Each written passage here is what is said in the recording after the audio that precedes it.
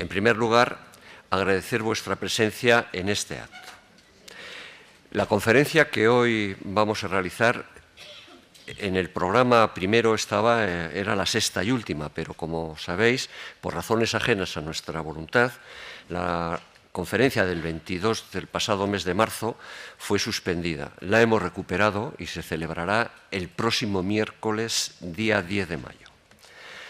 Bueno, estas jornadas del Románico en Álava están organizadas por Amigos del Románico, aulas de la experiencia de la UPV-EHU, del campus de Álava, la Facultad de Letras con su Departamento de Historia del Arte y de la Música, y ACAESA AEIC.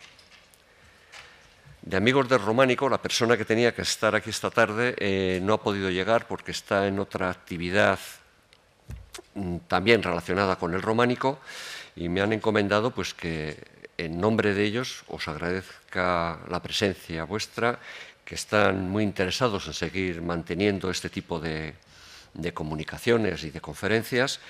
Y bueno, sin más, pues no puedo decir mucho más, porque hablar en nombre de él cuando no he tenido ni siquiera una pequeña conversación pues no me da lugar nada más que agradeceros vuestra presencia, y desde la parte nuestra agradecer también la colaboración que hemos tenido de parte de Amigos del Románico.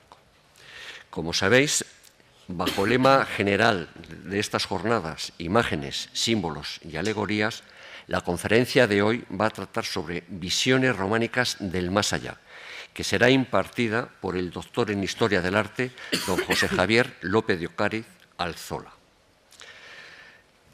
El título es ambicioso, no puede ser menos: disipar las ficticias tinieblas atribuidas a la época románica y afrontar la gran interrogación ¿qué hay en el más allá?, la explicación cristiana del bien y el mal respecto al futuro del ser humano, creencias, norma moral, expectativas, el temor a la muerte y los rituales en vida. La Biblia de piedra y las ilustraciones en pergaminos y murales, algunos ejemplos historiados como la parábola del Lázaro y el rico, bajada al limbo, lucha de los ángeles y demonios, el gran drama del juicio final, el juez, la puerta, la balanza, para concluir con el gran antagonista, el castigo eterno y la esperanza de la bienaventuranza. De todo esto nos va a hablar el doctor don José Javier López de Ocariz Alzola. Como decía, es doctor en Historia del Arte por la Escuela de Altos Estudios en Ciencias Sociales de París, licenciado en Geografía e Historia por la Universidad de Zaragoza y licenciado en Historia del Arte por la Universidad Católica de Lovaina. Actualmente es profesor titular de la Universidad de La Rioja en el Departamento de Ciencias Humanas en el área de Historia del Arte. También es profesor tutor en la UNED, en el Centro Asociado de Vitoria-Gasteiz, en el Departamento de Historia del Arte. Ha participado como historiador en equipos de redacción del PERI del Casco Histórico de Vitoria y en el Plan Director para la restauración de la Catedral de Santa María de Vitoria, en la tipología ornamental. Como proyecto museístico ha participado en la creación del Museo Diocesano del Arte Sacro de Vitoria-Gasteiz. Como veréis, muy vinculado a todas las acciones de historia del arte y del arte en la ciudad. En cuanto a publicaciones, caben destacar varios libros. Tuesta, Templo de Nuestra Señora de la Asunción, de la Diputación Foral, editado en 1986. País Basque-Roma, colección de la Nuit de los Tiempos, número 87, edición Estodiaco de 1997. La Tété Sculpté, la Nur de una sociedad, ediciones de Tretión del 1997. Salvatierra Agurain, Edifoat, Bilbao, 2002. Espacios, Tiempo de la Ciudad Histórica de Vitoria-Gasteiz, de Vitoria, 2008. Tiene publicados más de 30 artículos, ponencias, comunicaciones y capítulos de libros con diversos temas en torno a la historia del arte. En cuanto a su actividad reciente como investigador, ha sido coordinador de los 3 tomos del País Vasco, Álava, Vizcaya y Guipúzcoa de la Enciclopedia del Románico en España, el 2011. Historia de las mentalidades en la relación a la iconografía del más allá. El engullidor, hacia una tipología de la máscara del horror en la escultura románica. La iconografía del infierno en las pinturas medievales. La iconografía del juicio final en la Europa medieval. representaciones del infierno en las portadas románicas de Autun, Conquest, Arles, Ansí-le-Duc, un drama eterno. Como podemos apreciar, es un investigador y estudioso en los temas del románico relacionados con el más allá. Su conferencia, como decía anteriormente, va a tratar precisamente sobre esto, visiones románicas del más allá. Sin más, les dejo con José Javier López de Ocari Elzola. Arratsaldeon denori, muchas gracias. Disculpen el poquito de tragado, uno de esos elementos que van por el aire en este ratito. Nos puede perseguir el mal por cualquier lado, pero vamos a intentar superarlo. Bueno, muchas gracias especialmente a los organizadores de ACAESA, aquí Javier Garay, de las aulas de la experiencia, Puy, Ángel Benito, que ha excusado su existencia, de la Universidad del País Vasco, aulas de la experiencia, como he dicho, y especialmente a los asistentes. Bueno, este rato vamos a intentar hacer como una gran panorámica y acercarnos a mentalidades de hace 800 años aproximadamente. No es fácil acercarnos ni siquiera en elementos de la vida material, de la arqueología, o elementos, diríamos, físicamente muy comprobables. Mucho más difícil acercarnos al pensamiento. Y por eso, algunas de las cuestiones que ya se han lanzado aquí respecto al pensamiento sobre el más allá, las inquietudes que tenían sobre el momento de su muerte y en el después. Evidentemente, esas respuestas son muy complicadas. Además, lógicamente, contaríamos con unos espacios muy diferentes, culturas, mentalidades, lenguas muy distintas. Tenemos algunos hilos conductores y el que hoy vamos a seguir, evidentemente, es el de la historia del arte, el que los elementos esculpidos o pintados nos van a relatar. Por tanto, vamos a intentar, sobre todo, el empaparnos, el fijarnos, el aprender de las imágenes y el intentar sacar alguna conclusión, no siendo nada, vamos a decir, exhaustivos, no pretendiendo que vamos a conocer de primera mano lo que ellos, hombres, mujeres, de hace tantos años pensaban.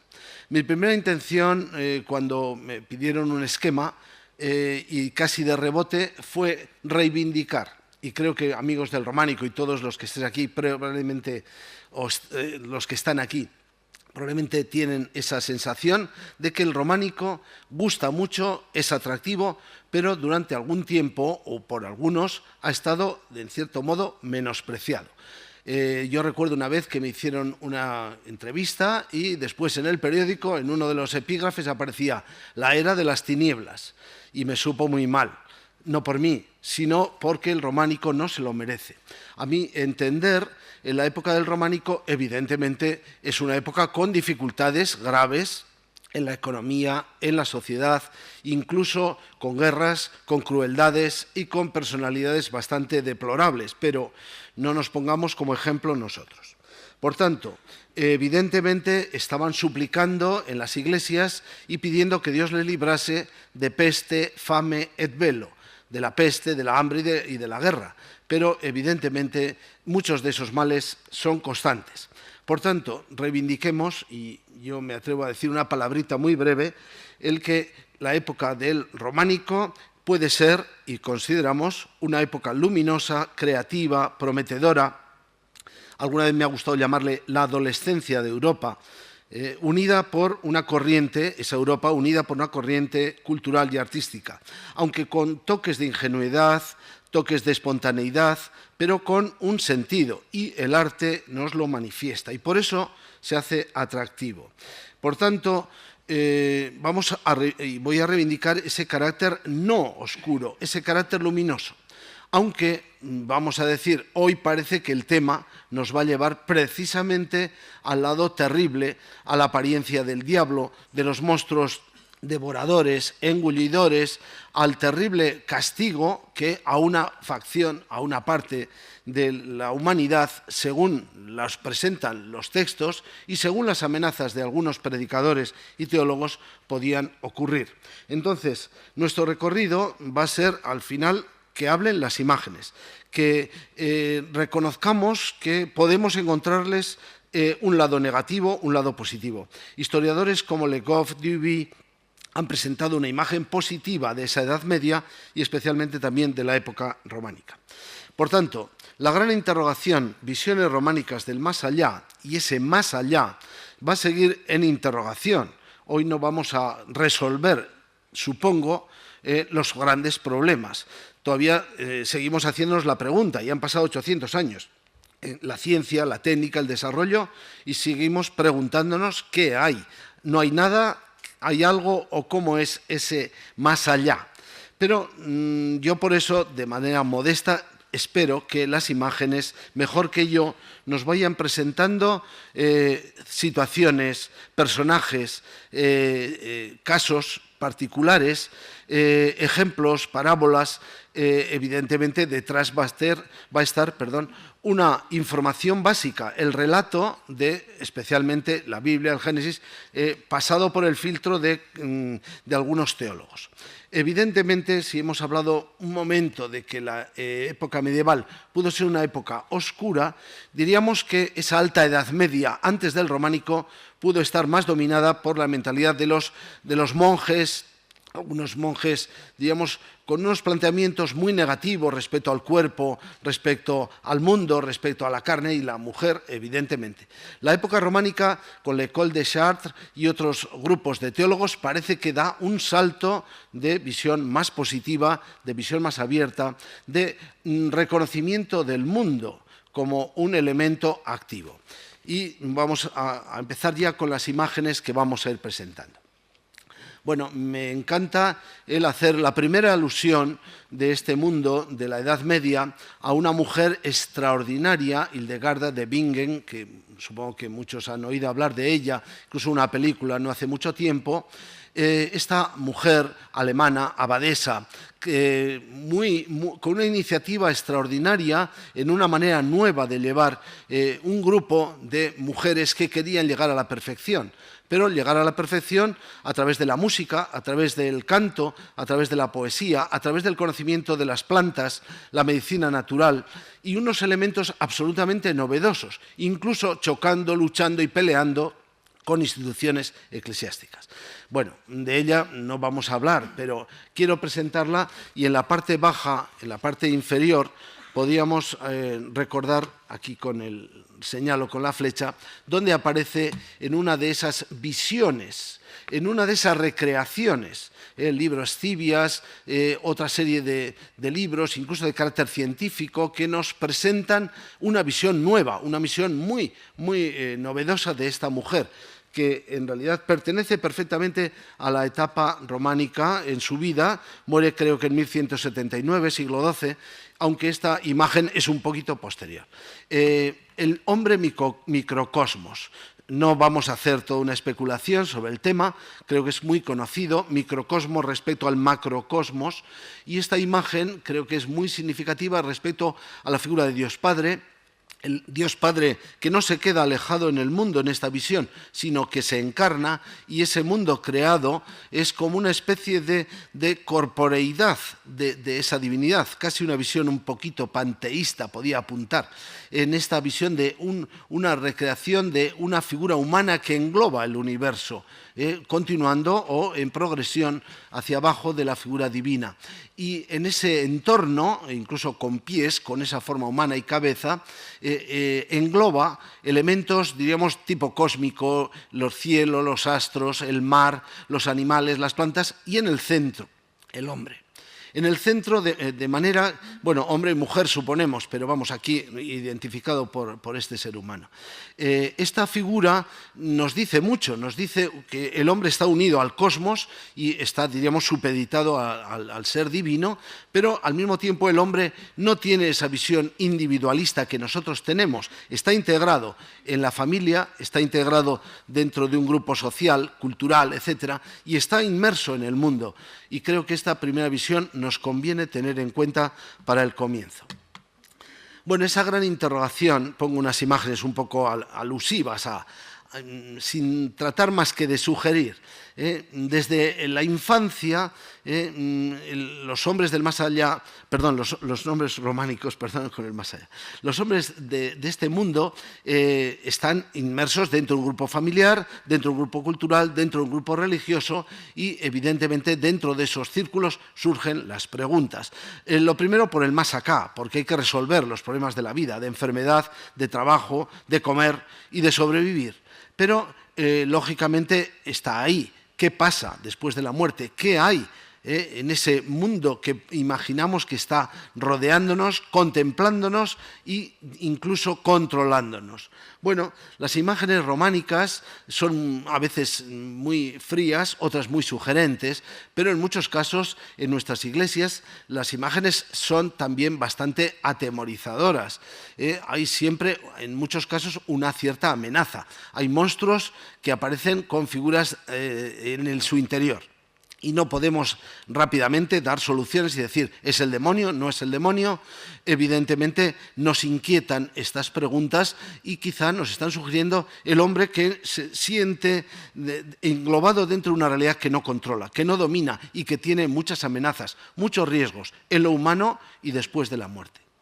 Evidentemente, voy a ir muy rápido en estos primeros planteamientos y sin intentar hacer ninguna tesis sobre estos puntos que corresponderían quizá más a un teólogo o un experto en la religiosidad del momento. Pero vamos a concluir probablemente y rápidamente con un tema.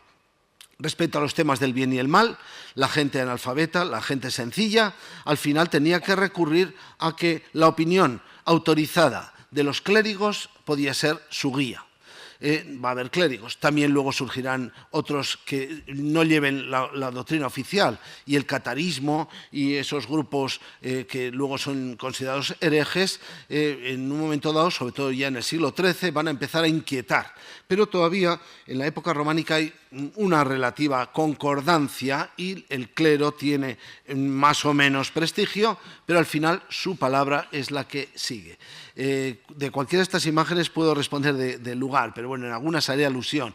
Esto está tomado del sarcófago de Doña Sancha, en Jaca, y esto más de 4 lo habrán visto en directo porque está en una ventana en Argandoña, muy cerquita de nosotros, al lado de Estíbaliz. Evidentemente, la posición de los clérigos es una posición de liderazgo, se quiera o no, en este momento. Obispos, abades, clérigos, teólogos, ante un público iletrado, ante un público analfabeto, ante un público que no sabe ni qué día nació, ni en qué día del mes están, salvo por el santo, salvo porque el domingo es fiesta, salvo porque hay épocas en que se come carne y en otras no. Es decir, al final el mundo románico está regido por las campanas, por las costumbres y por un poco este planteamiento que el clero impone.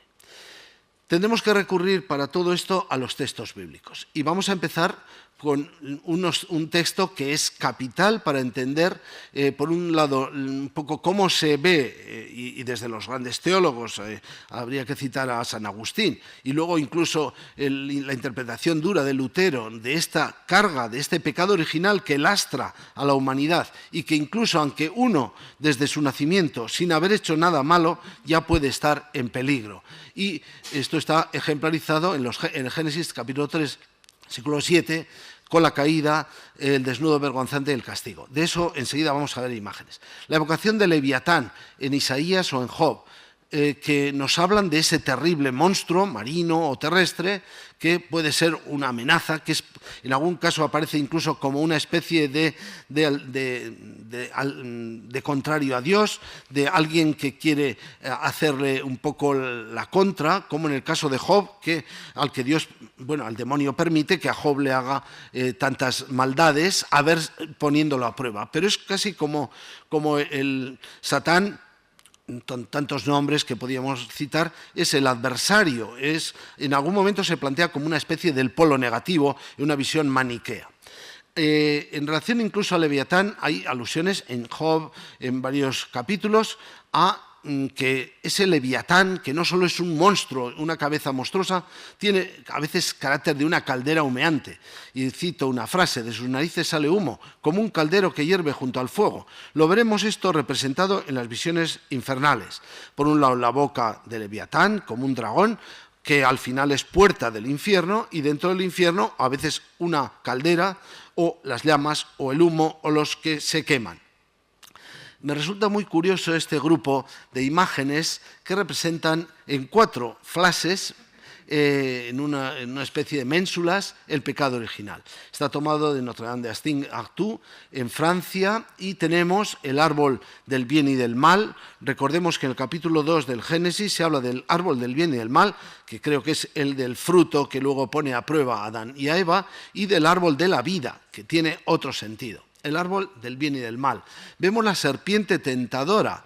Esa serpiente tentadora, que es muy curioso que aquí aparece como una especie de larga melena, y que en ejemplos del gótico es curioso y está caracterizado a veces con cara y figura de mujer, incluso en la Capilla Sixtina aparece. Entonces, es una imagen muy traidora, vamos a decir, el que la tentación, la serpiente, desde ese relato, se contaminen a una parte fundamental de la figura humana, y la persona humana, que es la mujer. Y, de hecho, muchas connotaciones negativas de tentadora tienen su raíz en esta figuración y en esta representación del episodio del pecado. Eva aparece como la primera que se deja seducir, lo conocemos bien, toma el fruto, y aquí le da a Adán, que traga y se ve, digamos, atragantado en su garganta. Los dos se cubren el sexo. Hay una curiosa correlación en muchas imágenes con el tema sexual, y se dice que no se habían dado cuenta de que la desnudez tenía problemas y en ese momento se dan. Bueno, ahí está realmente la raíz. No me resisto a poner esta imagen tan singular de Gislebertus, de Autun en Borgoña, con la famosa tentación de Eva, que es una imagen característica y genial. Vemos aquí cómo parece arrastrarse, y la figuración de Eva muy bella, pero también con ese carácter sinuoso y serpentino. Y aquí está cogiendo el fruto. No tiene por qué ser una manzana, hay muchas representaciones en que puede ser manzana, puede ser higos, uvas, lo que sea. Al final, el fruto que trae el pecado. Muy a prisa vamos a ver ejemplos de la boca del Leviatán, puerta del infierno. Y pongo 2, uno tomado y muy famoso, y que vamos a ver repetidamente hoy en la charla, del tímpano de Sainte-Foy-de-Conques, en la zona francesa del centro-sur de Francia, una zona boscosa, preciosa, que recomiendo visitar, la abadía de Sainte-Foy-de-Conques. Esa boca infernal, boca del Leviatán, junto a la puerta, aquí estamos los batientes de la puerta, lo vamos a ver luego muy en detalle, está tragando condenados, en este caso engulle los condenados, y esos ya no tienen remedio. Y dentro aparece Satán y aparecen elementos de llamas. En el caso de este fragmento del ambón de Clos-Neuburg, de Nicolas de Verdun, aparece en esmalte, 1181, si lo vemos bien, la boca abierta hacia arriba, tragando condenados con llamas, y todos envueltos en esa especie de horror vacui, como muchas veces aparece el infierno. Y una inscripción que rodea el caso: Flamma reos punit, quos scelus et locus unit infernus. Traduciría rápidamente: la llama castiga aquí a los condenados, a los que el infierno une con el crimen y en el mismo lugar. Sin salir de nuestro territorio nos encontramos con figuraciones muy abundantes, muy conocidas por muchos, de amenazadores, de monstruos simbólicos que tragan.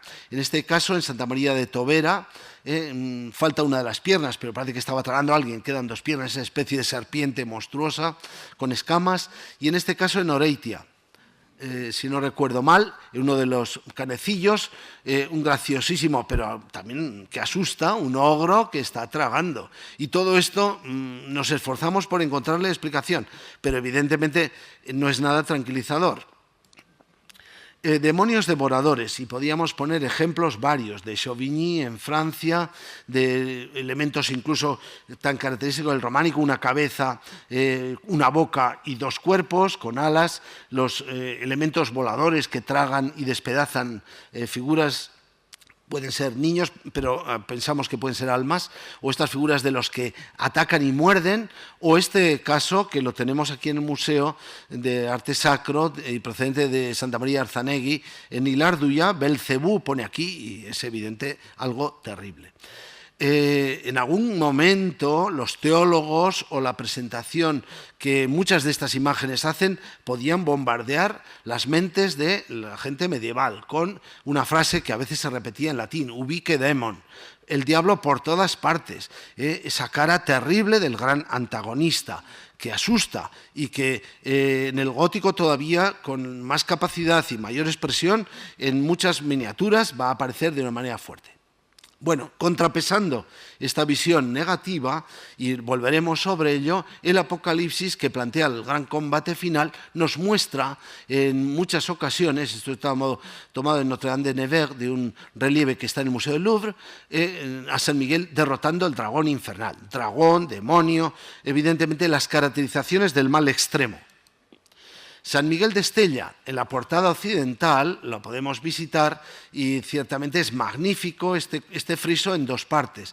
En la primera, San Miguel alanceando al dragón, San Miguel titular de la iglesia, una iglesia preciosa con elementos muy interesantes como toda Estella. Y aquí, en esta otra parte del friso, la balanza, que vamos a ver en muchos casos con desarrollo mucho más amplio de este tema, con la alternancia de Miguel, de San Miguel, y el diablo, Satán, pesando, cada uno intentando que se lleve la parte de su platillo para su lado, uno con las obras buenas y otro con las malas. Y una de las alternativas, evidentemente, de los salvados es el famoso seno de Abraham, que enseguida vamos a comentar con la parábola de Lázaro y el rico. Y aquí una visión infernal, en este caso algo estropeada. Me estoy imaginando a los chiquillos de Estella durante generaciones haciendo puntería con los diablos, ¿no? Lo estoy imaginando. Bueno, hay muchas maneras de hacer méritos para la otra vida, evidentemente frecuentando los sacramentos, yendo a misa, haciendo buenas obras, dando limosna, y una de las curiosas, y que luego vamos a ver representado incluso en escenas de juicio final como mérito, son las peregrinaciones.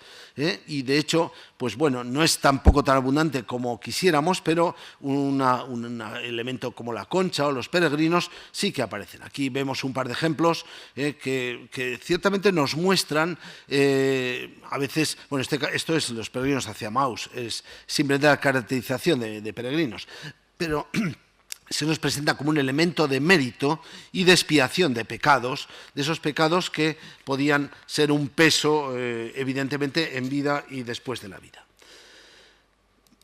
Bueno, hay elementos que también aportan confianza y a mí me parece ya esta visión, esta imagen, esta sencillez, pero con una expresividad enorme, que yo creo que los entendidos de amigos del románico y muchos de los que aquí estamos, enseguida la encontramos como una imagen de gran fuerza, esa Dextera Domini, la misericordia divina. Creo que enseguida se nos va la mente a San Clemente de Taúl, a ese Pantocrátor magnífico, impresionante, de lo mejor del románico en pintura, y encima esta mano, una mano que bendice, la mano esperada de todo el que, digamos, piensa en ese juicio particular o en el juicio final y espera que la mano sea misericordiosa. Para cualquiera de estos temas debemos recurrir a la Biblia, lógicamente, que en algún caso ha sido llamada, cuando se expresa en los relieves románicos, la Biblia de piedra. Creo que es Emil Mal y varios los que han citado esta expresión. Los que no sabían leer entendían las imágenes y sobre todo si alguien les explicaba desde niños y rápidamente podían conocer y situarse respecto a ese gran drama humano que enseguida vamos a ver, con el juicio particular o el juicio final. Lo del juicio particular y el juicio final a veces entra más casi como disquisición de teólogos y en las visiones que se presentan en el arte, generalmente el juicio final es el que tiene mucho mayor peso. Incluso diría que en el gótico se despliega con una potencia enorme, sobre todo en el tema de castigos sociales, con grandes murales pintados, en Italia magníficas obras, pero digamos, nosotros nos quedamos en la portada de ese plan de los grandes juicios finales pintados. Vamos a ver algunos ejemplos. Especialmente nos centraremos en los grandes relieves en piedra que ya el románico muestra como ejemplos absolutamente expresivos. Pero antes de entrar en el juicio final, tenemos un par de pasajes del Evangelio que han sido muy ricamente utilizados en representaciones del románico, del gótico. Es la parábola de Lucas 16 del dives, del rico, algunos llamado Epulón, porque estaba banqueteando, aunque no es ese su nombre, y Lázaro, ese sí aparece, el Lázaro pobre que está allí a la puerta. El tema del juicio final, lógicamente, sobre todo a través del texto de Mateo 25 y algo en el 24, y luego con los sinópticos Marcos y Lucas también, pero el más fuerte y el más expresivo, el de Mateo. En Discursos de Jesucristo también aparece de San Juan. Y el Apocalipsis, lógicamente, para rematar ese gran combate y juicio final. Evidentemente, estamos viendo ya imágenes respecto a esa parábola del rico Epulón y el pobre Lázaro. En la portada de Saint-Pierre de Moissac, una portada excelente, maravillosa, ahora vamos a ver detallitos de un lateral, también aparecen ahí, y al final lo he tenido que suprimir por falta de tiempo, unas imágenes con una mujer con las serpientes en los pechos, con uno con la bolsa, caracterizaciones de pecados. Bueno, tenemos aquí la contraposición de los que en vida viven felices y despreocupados y haciendo, diríamos, un uso absolutamente personalizado, egoísta de su vida, como es el rico que banquetea sin cesar. Y en cambio el pobre aquí aparece lamido por los perros, pero, diríamos, cuando muere un ángel lo lleva consigo. Y en cambio el que ha vivido feliz en la vida y con todos los placeres y todo a su servicio, al morir le están llorando, pero ya los demonios se hacen con su alma y uno lleva la bolsa, porque ahí está, digamos, una crítica del mal uso del dinero. En el claustro de Monreale, un lugar maravilloso que le recomiendo y que no hace mucho he podido visitar, en un capitel por los dos lados, incluso en sus costados, aparece también esta representación con gran fuerza.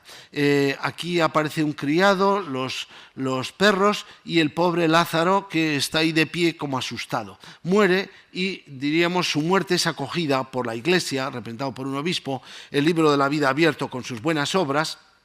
Y en el otro lado del capitel aparece Abraham recogiendo su alma y, diríamos, en esa representación muy simplificada de ese abismo, el otro lado del capitel, en el cual el rico le dice: por favor, avisa a mis hermanos que si no se van a condenar, dame un poquito de agua que me estoy abrasando. El abismo y la gran discriminación del que ha sido pobre pero es premiado y del que ha sido rico y es castigado. Evidentemente algunos teólogos sacaron también alguna consecuencia social, pero no quizá todas las que debían. La anástasis, el tema característico de la bajada de Jesús al infierno. Esto no aparece ni en el Evangelio ni en los Hechos de los Apóstoles, aparece en las actas de Pilato, Gestae Pilati, perdón. También llamado por algunos Evangelio de Nicodemo, que no es el nombre más apropiado.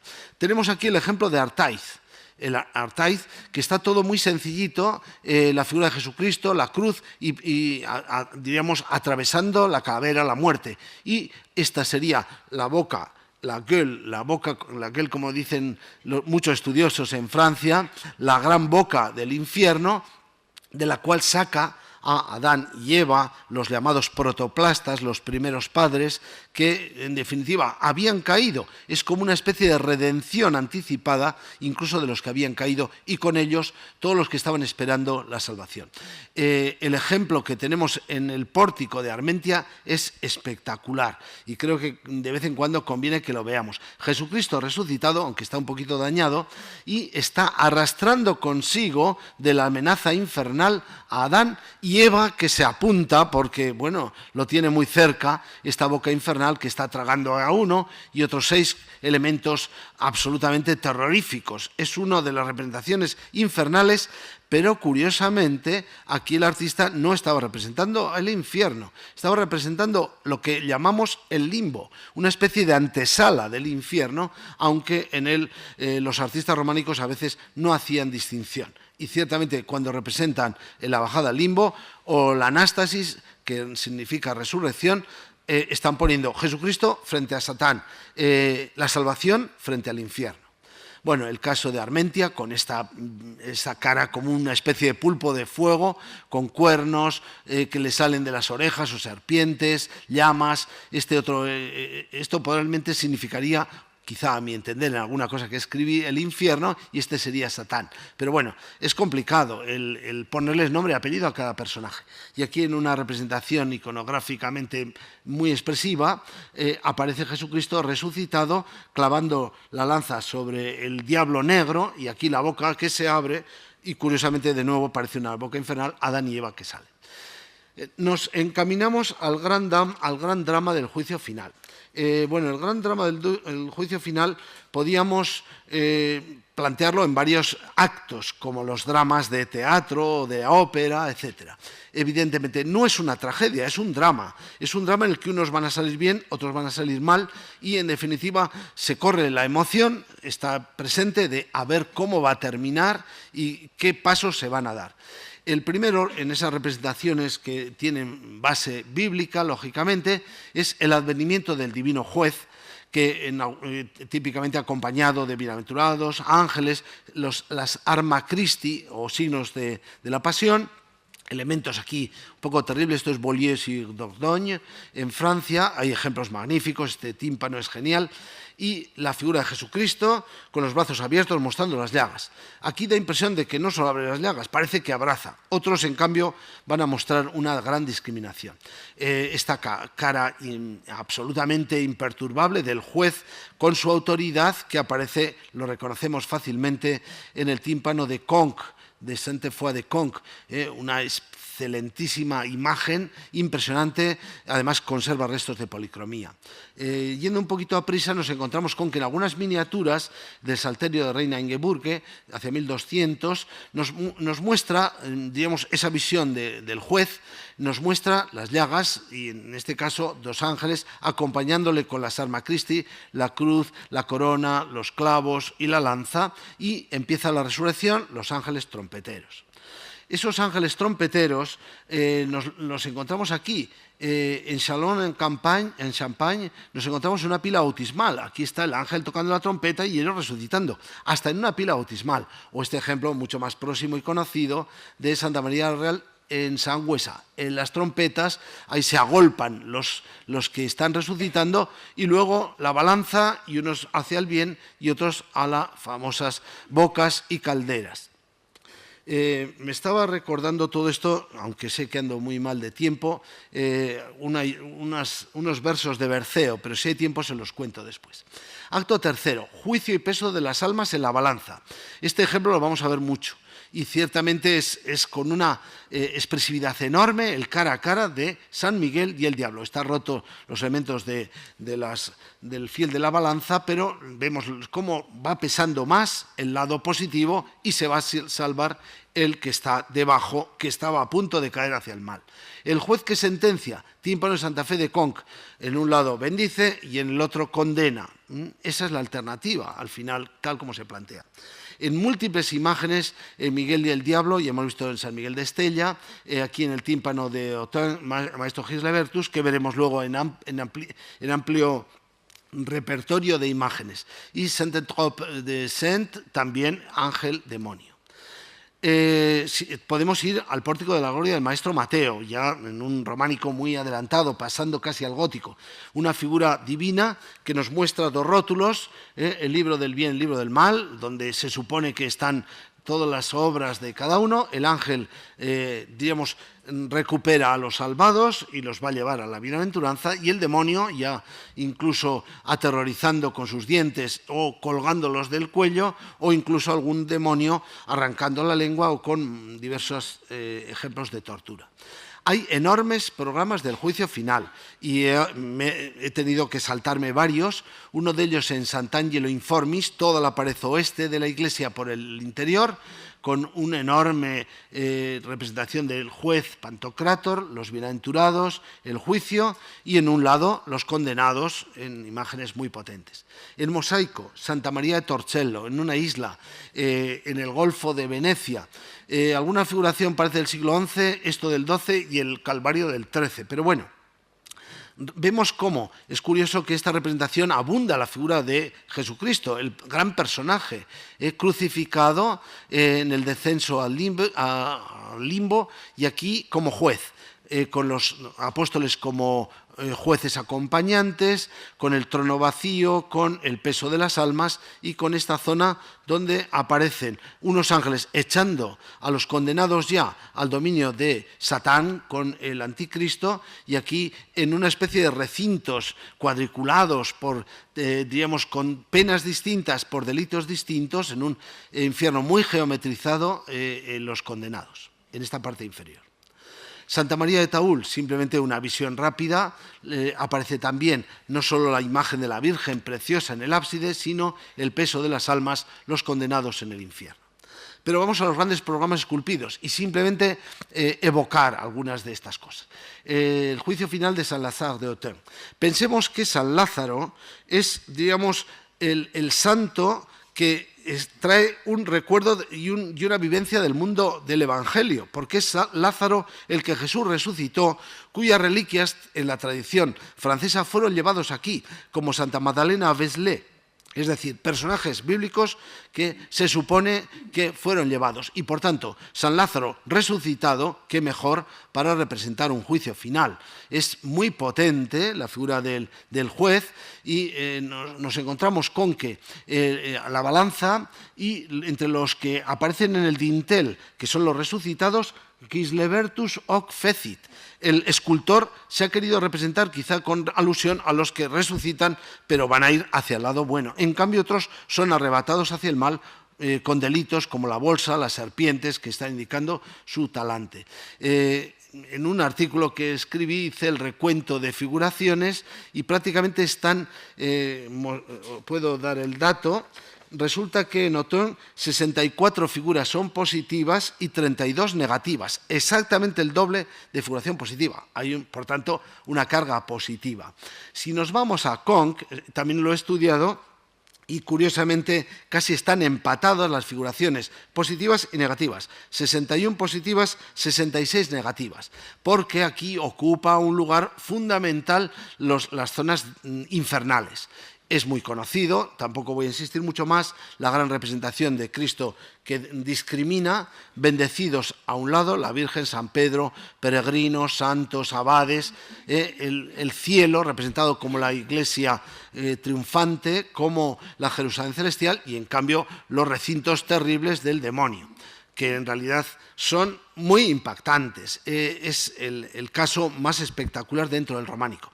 En el gótico habrá otras figuraciones con riqueza de formas y color, pero aquí esto es impactante. La boca infernal que hemos citado y aquí el peso y esta especie de línea está consiguiendo que como ha pesado más el peso de la balanza, escape el pobre que estaba siendo juzgado y es recuperado por el ángel y puede entrar al cielo. En cambio, otros no han tenido esa suerte y van al infierno.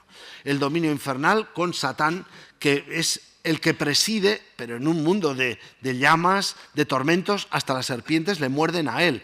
Y aquí podíamos ver todo una especie de gran sarta de condena y de muchos que están, diríamos, específicamente condenados por ciertos delitos.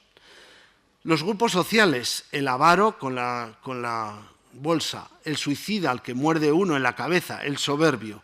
Ya sé que ando un poquito mal de hora, pero no me resisto a contar lo que un manuscrito florentino del siglo XIII, y esto lo recoge Jacques Le Goff en El hombre medieval, dice que el diablo tiene 8 hijas y las casó de esta manera. La simonía con los clérigos seculares, la hipocresía con los monjes, la rapiña con los caballeros, aquí tenemos un caballero que está derribado con caballo y todo, el sacrilegio los campesinos, la simulación los oficiales de justicia, Esto, bueno. La usura, los burgueses. La vanidad, las matronas. Pero le quedaba la lujuria y no la quiso casar, por lo que la ofreció a todos como un amante para todos. El juicio final de Saint Trophime d'Arles, una preciosísima portada que es casi como un arco de triunfo y también una especie de evocación del Scène France, de los frentes de escena de los teatros del mundo clásico. Aquí está, digamos, el juez. En el tímpano está una escena un poquito escondida del peso de la balanza y, lógicamente, los dos cortejos. El cortejo, que aquí vemos en grande, de los salvados, todos tranquilos, felices, y la reata de los condenados, atados con cadenas y que van al infierno. Magnífico, se lo recomiendo también visitar. Tenemos relativamente cerca el juicio final de Santa María Real de Sangüesa, potentísimo. Hemos visto antes algunos de estos detalles, pero vemos que cabezas infernales que nos recuerdan otras que vemos por ahí sueltas y también incluso alusión al dragón, al fuego. En la Catedral de Tudela, la portada del juicio, 7 arquivoltas potentísimas y especialmente en los lados exteriores de las arquivoltas últimas, los castigos de los condenados. Esto lo he puesto porque es que no tiene pérdida. Llevados por un diablo como una pértiga a las piezas de caza, 2 condenados. Además, justamente los lleva mal colgados. Como dice algún refrán de la Edad Media, los colgaba por do más pecado habían. Bueno, voy a prisa. Esta imagen es potentísima. Uno que es abducido con unas manos que lo van a llevar al infierno. Y aquí hay muchas frases que podía contarles. Voy a saltármelo y al final, si quieren, comentamos alguna de esas frases que tengo aquí en cartera. El antagonista, el diablo, que en algunos casos parece triunfante en capiteles o otros elementos. La evocación del infierno, la boca, las llamas, los diablos, tormentos, repetitivo. Y el réprobo, a veces con algún signo de su pecado. La caldera borboteando, que hemos hecho una cita antes, recordando también la boca de Leviatán. Es curioso porque en el Palacio de los Duques de Estella, un edificio románico civil que se conserva al lado de la iglesia de San Pedro de la Rúa, muchas gracias, en un rinconcito está este capitel casi olvidado, en otro están luchando el Moro y Ferragut y el bueno, ya todo el mundo lo sabe. El claustro de Girona también nos da una representación de los diablos, castigos y de esto, muy apresa. A mí me impresiona este lugar francés, Cuno, porque tiene cabezas demoníacas por cualquier lado. Esto de las grandes cabezas que tragan el fuste de columna, esto es más habitual, incluso desde la Loire hasta las Landas, pero estas cabezas tan impactantes, esto es terrible, esto tenía que asustar. No sé si conocerán este caso. Hay una Biblia, la Biblia de Pamplona, que está en Amiens, de fines del siglo XII, con muchas representaciones. Hay unas 200 páginas enteras con imágenes muy ricas, muy variadas, y las últimas con estas representaciones infernales, del terrible boca infernal, con los castigos, etc. Esta sí que es famosísima y ya sé que estoy al borde del tiempo, voy a ir terminando. El ángel aparece aquí cerrando la puerta del infierno. Por fin se ve que el que puede domina, y el que domina es la divinidad, Dios, Jesucristo y sus enviados. Cierran la puerta del infierno y lo controlan. Y aunque es amenazador este gorgoneion, esta doble cabeza infernal, que aparece sobre todo luego ya en manuscritos del siglo XIII, evidentemente encerrado dentro aparece el diablo, por aquí está, más grande, y personificaciones de reyes, de reinas, de monjes, de grupos sociales, todos torturados. Esto es impactante. Al final el ángel cierra la puerta, el ángel tiene el control. Y un detalle que no sé si conocerán, se está hablando cada vez más de si hay representaciones del purgatorio en época, diríamos, del siglo XII o XIII. Hay algunos manuscritos ingleses que ya aparecen algunas escenas que pueden recordar. Este mundo del purgatorio, que es famoso, es famoso desde siempre porque abre un camino distinto, pero en su estudio es el profesor Jacques Le Goff, como saben, el que hizo el gran estudio del purgatorio, viendo un poco sus orígenes en la patrística y cómo es a fines del siglo XII cuando se empieza a tener en cuenta como una posibilidad de abrir una tercera vía y luego, bueno, poquito a poco van a aparecer algunas imágenes, pero raras. En la portada de la Majestad de la Colegiata de Toro, magnífica, preciosa, con policromía, aparece aquí esta escena de unas cabecitas entre elementos vegetales y aquí San Pedro abriendo la puerta y colando algunos. Lo mismo en un tímpano que no he mostrado por carencia de tiempo de Ancy-le-Duc, que es uno de los artículos que han citado, he estudiado junto a Conque o junto a Autun. Y que ciertamente es curioso porque de la caldera hay 2 o 3 que así, como reptando y gateando por el suelo, se escapan. Bueno, por fin, vamos a terminar bien. El gran combate final tiene imágenes también maravillosas en el mundo románico, este misal de Stanheim, el combate y la victoria final de Gabriel y sus ángeles frente a los ángeles malvados, los ángeles caídos, los diablos, que se han dado la vuelta y se dedican a torturar, condenar y hacer, diríamos, el papel de los felones o de los malvados. Y por fin la bienaventuranza. Al final del camino, en algunas zonas aparecen claramente guiados, salvados por sus méritos y por la compasión y la misericordia divina. En el tiempo de Sainte-Foy de Conque aparecen muchos dentro de un sistema que parece una iglesia, de una especie de organización en arcos, pero algunos también aparecen aquí guiados, los elegidos. Y también el dintel de Saint-Lazare d'Autun, quiero reparar un poco en algunas de estas figuraciones. Hay figuraciones de mujer y hay figuraciones, curiosamente, en relación con el mundo de los peregrinos. Aquí uno que parece caminando sobre plantas, es decir, está haciendo un peregrinaje, y una gran concha en su zurrón, es decir, es un conchero que va, o un jacobeo que va a Santiago, y aquí uno con una cruz que va, un palmero que va a Jerusalén y que quizás sea un cruzado, sea un peregrino, entre los que esperan que saliendo del sepulcro sean de los resucitados, iluminados y salvados. Estancias eternas, un ejemplo magnífico, lo hemos visto en grande, cómo están organizados, la Jerusalén celestial, les acompañan incensarios, libros, flores y elementos, diríamos, de esa bienaventuranza y especialmente el famoso seno de Abraham, hombres y mujeres. Bienaventuranza de los salvados, es muy habitual en el románico y luego en otros casos también, esos ángeles que llevan como en volandas, en una tela, figuras de los salvados. Vicente, Sabina y Cristeta en su sepulcro en Ávila, doña Sancha, en lo que he citado antes también, de su sepulcro en Jaca, la hija de Ramiro I, abadesa, aquí salvada, desnudita, pues bueno, como las almas, es característico. Aquí San Benoît-sur-Loire, el alma de San Benito, y aquí otro ejemplo también en Francia. Y termino con esta imagen de San Pietro al Monte, en Chivate, San Miguel elimina al dragón. Al final hay la confianza en muchos de que a pesar de las pruebas, las dificultades, la amenaza del demonio, al final esa redención del Cordero místico de la muerte de Jesucristo traiga la salvación. Y pienso que mucha gente, si diríamos había hecho una vida normal, si en algún caso hay algún teólogo que dice que los campesinos se salvarán. ¿Por qué? Porque son pobres, sencillos y dan de comer a los demás cristianos. Bueno, pues con esa esperanza, la figura divina recibe aquí de la amenaza que tiene esta figurita como un niño, como un alma del dragón, pasa a la presencia del Salvador y al final da la impresión de que la victoria se inclina del lado bueno. Vamos a ponernos en ese lado. Y con esto termino.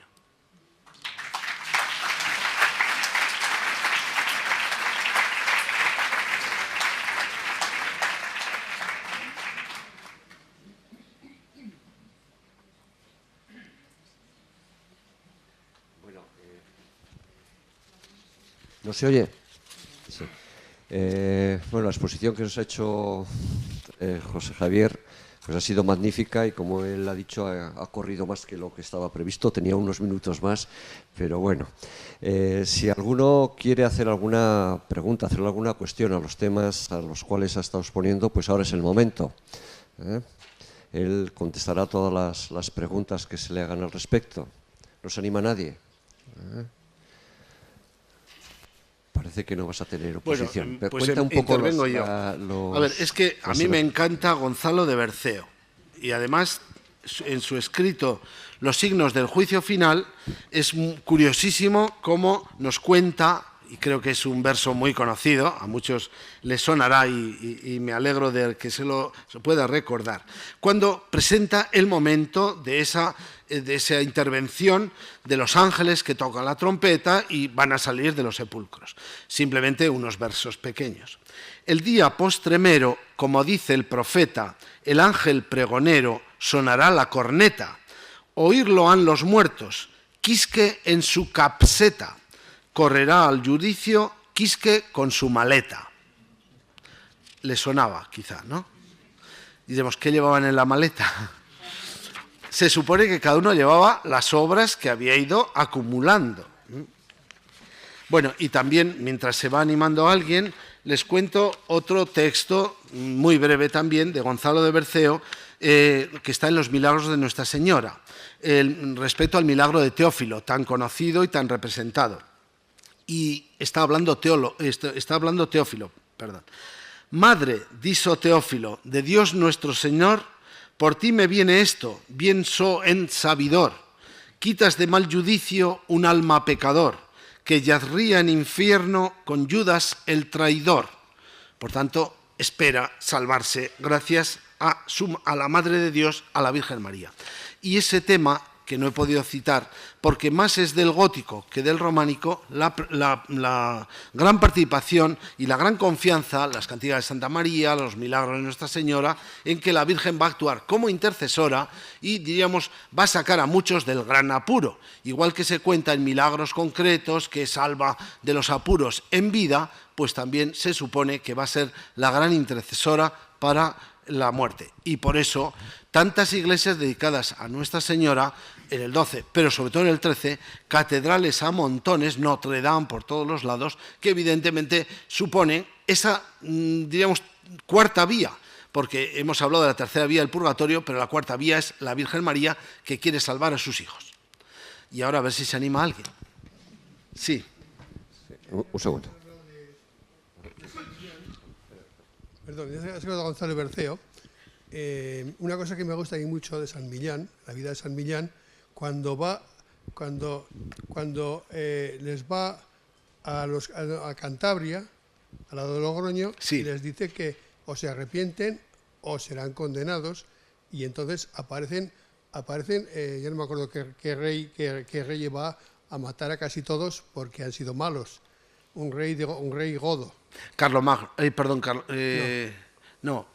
vamos a ver. En esa historia aparece Carlomagno algunas veces. El rey godo sería el famoso Leovigildo, fundador supuestamente.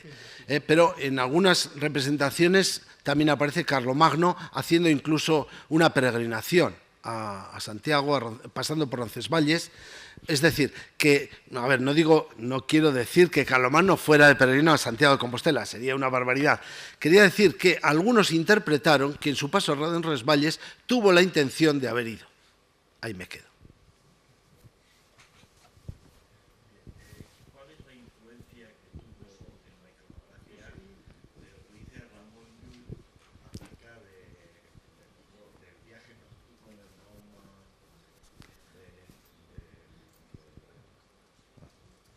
O sea, ¿qué influencia tuvo?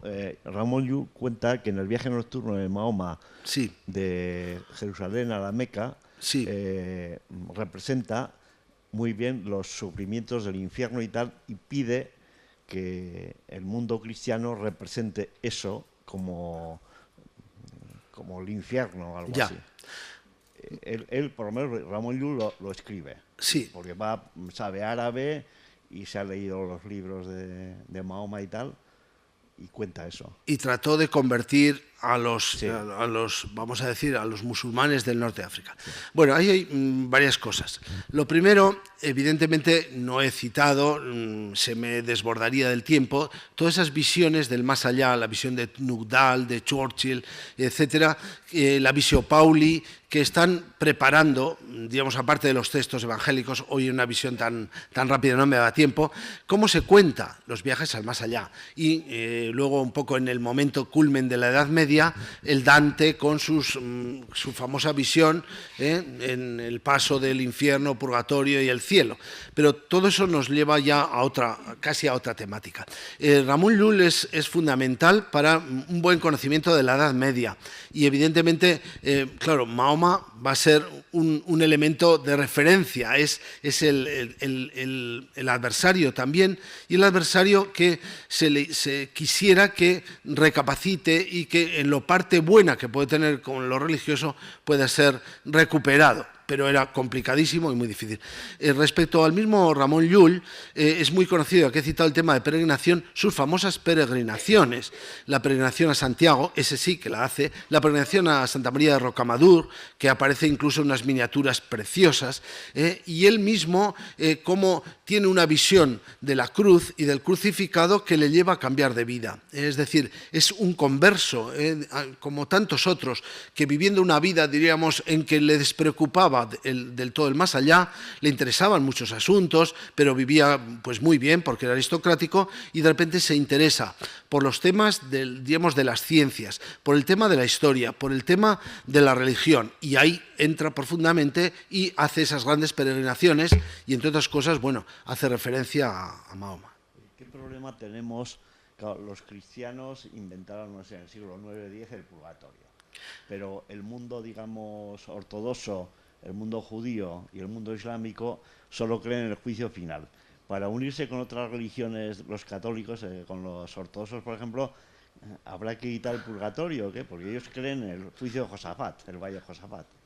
Si quitamos el purgatorio, no sé cómo va a quedar la parte superior, ¿eh? Bueno, es una broma.